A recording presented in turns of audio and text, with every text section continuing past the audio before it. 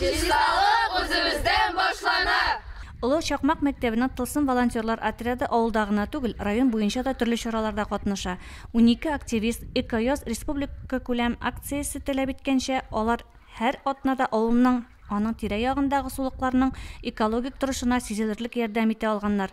Яр буйларын чистартканнар, хуҗасыз хайваннарга ярдәм иткәннәр, макулатура җыйганнар. Экояз акциясына кушылып бик күп эшләр башкардык. Мәктәп бакчасына рассадалар утырттык, агачлар утырттык, һәйкәл тирәнәттәр типкә китердек, елга буйларын, ык буйларын җыештырдык. Кызыл китапка кергән хайваннарны өйрәндек һәм хайваннарны ашаттык. Гөлләргә һәм чәчәкләргә савыт-сабалар ясарга мастер-класслар үткәрдек. Башка еллардан аермалы буларак Экояз акциясендә Эко-ярдәмче номинациясе дә игълан ителгән. Бу номинациядә укучылар фәнни тикшеренү эшләре белән дә катнашалар. Мин Экояз акциясына кушылып, Эко-ярдәмче номинациясендә катнашам. Алдагы атналарда хайваннарны ашату, чишмәләрне чистарту белән шөгыльләндем. Безнең кырлардагы кызыл китапка кертелгән байбаклар турында тулырак белеп, фәнни эш эшләдем. Әмәкәй төп мәктәбенең табигать сакчылары экологик отряды 16 укучыны берләштерә. Экояз акциясе белән бергә алар Эквест бәйгесендә дә катнаша.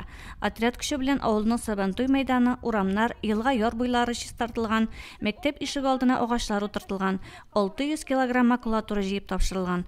Алар узган ел акциянең бүләгенә лаек булдылар. Быел да сынатмаска исәпләре. Безнең мәктәптә табигать сакчылары дигән экологик отряд эшли. Без ел дәвамында елга буйларын, урамнарны чистарттык, чәчәкләр, агачлар мәктәптә утырттык. Безгә үзебезнең эшебез бик ныгышый.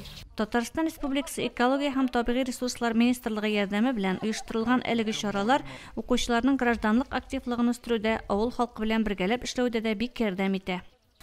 Без үзебезнең отряд белән төрле конкурсларда, акцияләрдә катнашырга тырышабыз. Менә хәзерге вакытта Эковесна акциясенең соңгы атнасы бара. Ул инде сулыкларны чистартуга багышланган иде. Балалар белән елга буен чистартырга төштек. Экологик тәрбия бирү балаларга бик мөһим дип уйлыйм. Аларга бу эш бик тә ошый, алар аны яраталар һәм бик теләп башкаралар. Шүп арасында яшәргә өйрәнергәме, әллә шүпләмичә яшәргәме? Үзебезгә сайлыйсы.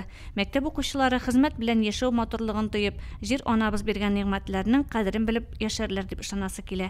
Илназ Җәлилова, Динар Нуртдинов, Мөслим телевидениесе.